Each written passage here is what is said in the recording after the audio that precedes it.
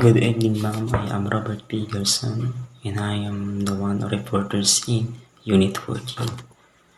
Tonight, I will tackle the sustainable world. What is the sustainability?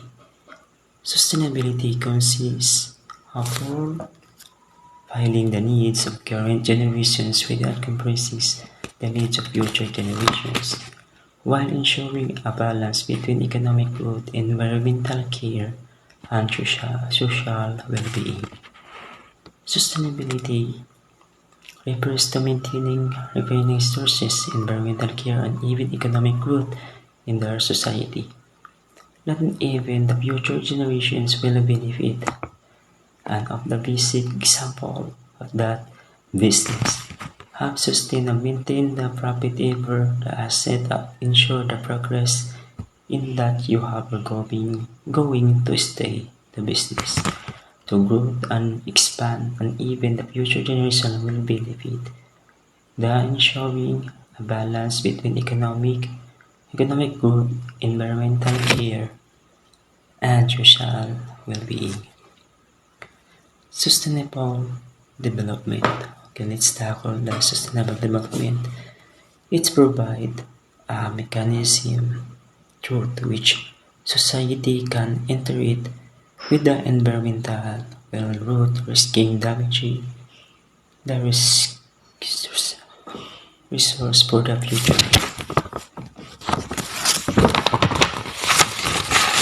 Sustainable development is an organizing principle that aims to meet human development goals while also enabling natural systems that provide necessary benefits.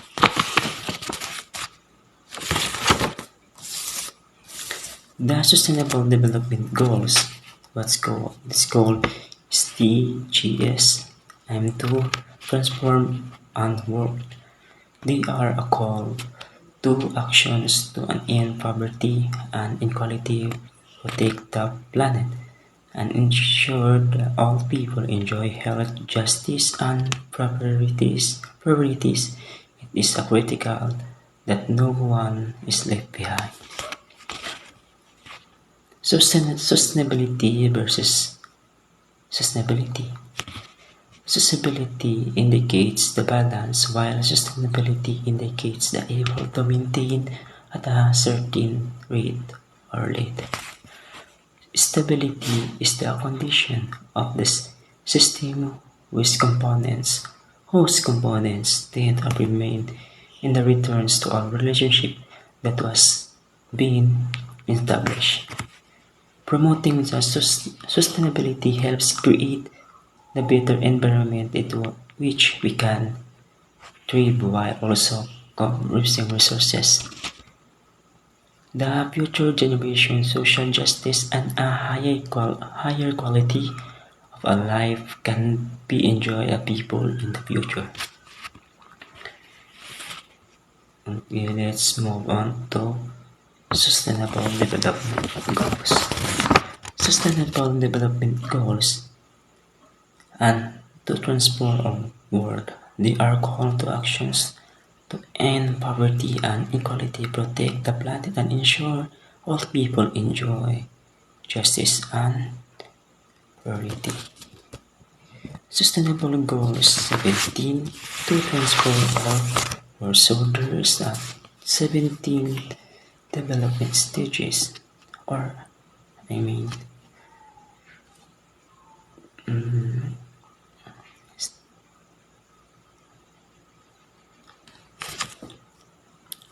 okay, no poverty. In poverty in all forms, everywhere. Number 2, zero hungry. In hungry achieve food security and improve nutrition, not promoting sustainable agriculture. Good health and well-being. Ensure healthy lives and promote well-being for all of age. Quality education. Ensure the inclusive and quality educations and promote lifelong learning opportunity for all. Gender equality. Gender equality achieve gender equality and empower all women and girls. Number 6. Clean water and sanitation. Ensure the ability and sustainable management of water and sanitation for all. Affordable and clean energy.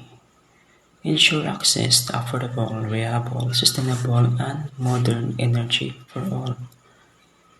Delaying work and economic growth. Promote the sustained, inclusive, and sustainable economic growth for the productive employment and decent work for all. Industry innovations and infrastructure.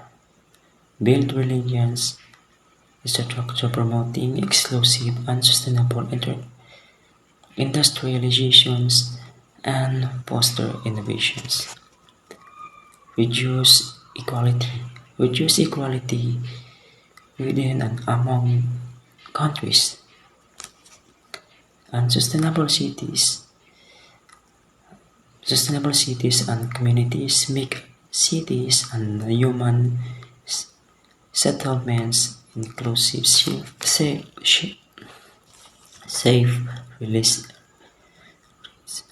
resilient, and sustainable. Responsible corporations and promoting productions ensure the sustainable com- conceptions and productions patterns. Climate actions take urgent actions to combat climate change and its impact. Lifelong water. Conserve and sustainably use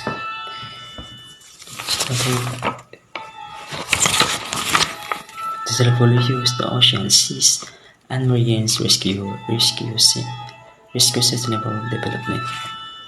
Life and land.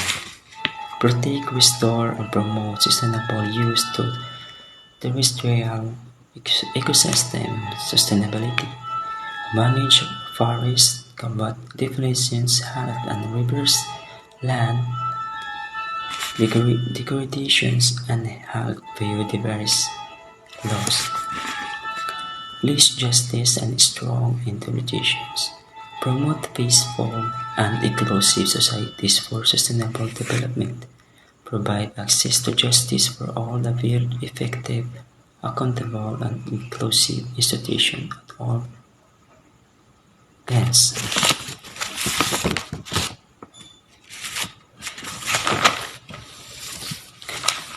And partnership, the last is the partnership for the goals.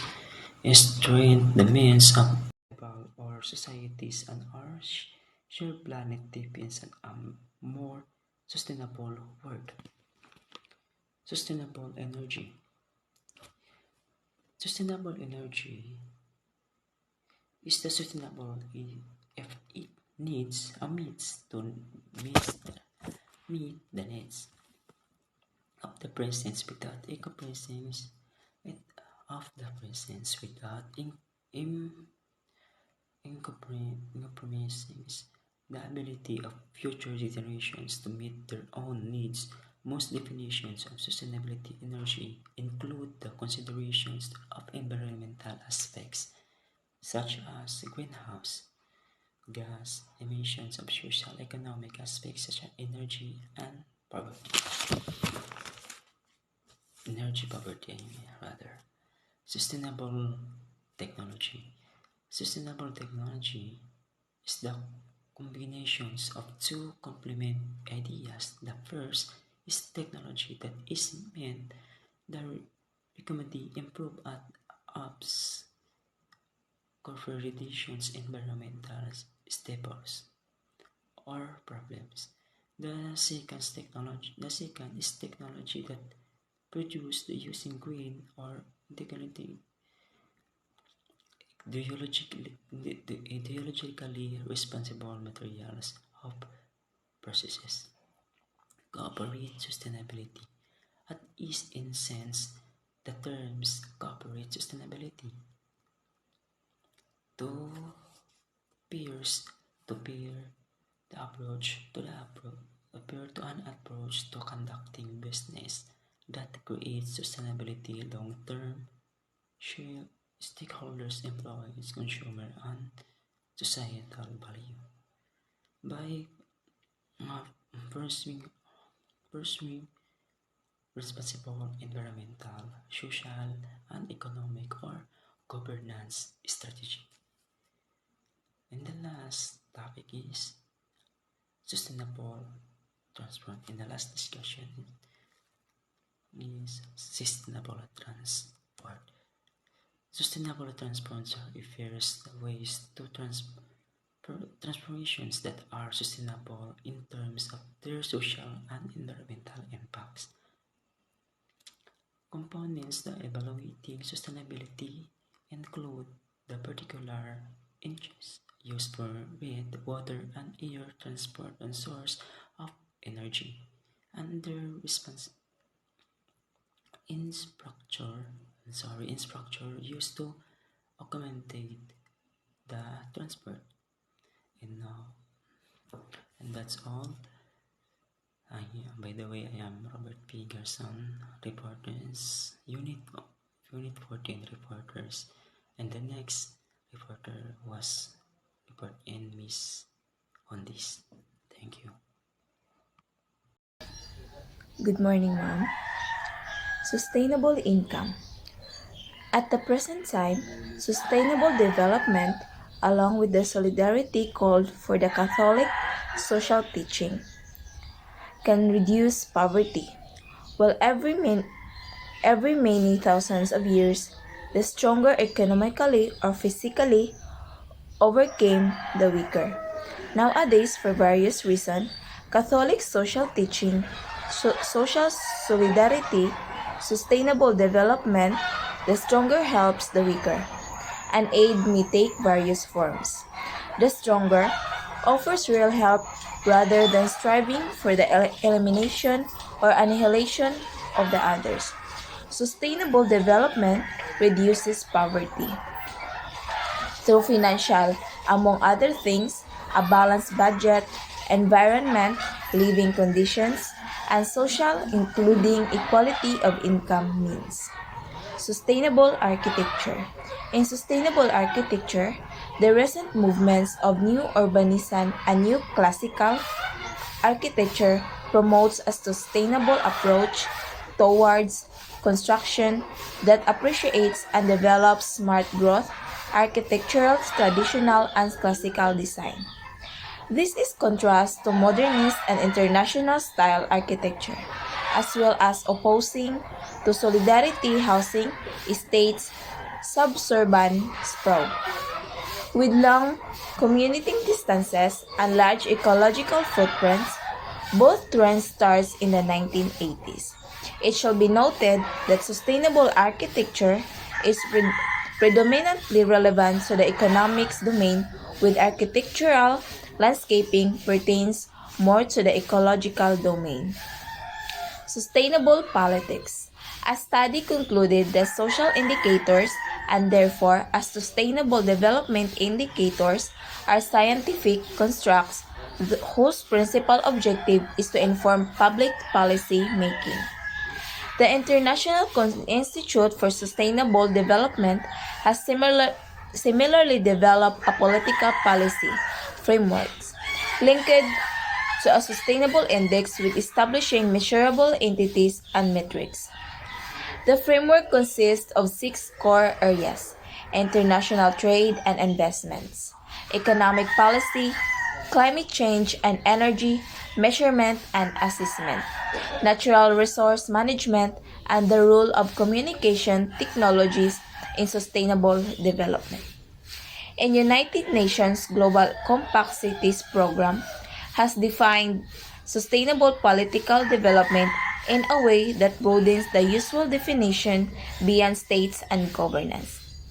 The political is defined as a domain of practices and meanings associated with basic issues of social power, as they pertain to the organization, authorization, legitimation, and regulation of a social life held in common. This definition is in accord with the view that political change is important for responding to economic, ecological, and cultural challenges. It also means that the politics of economic changes can be addressed.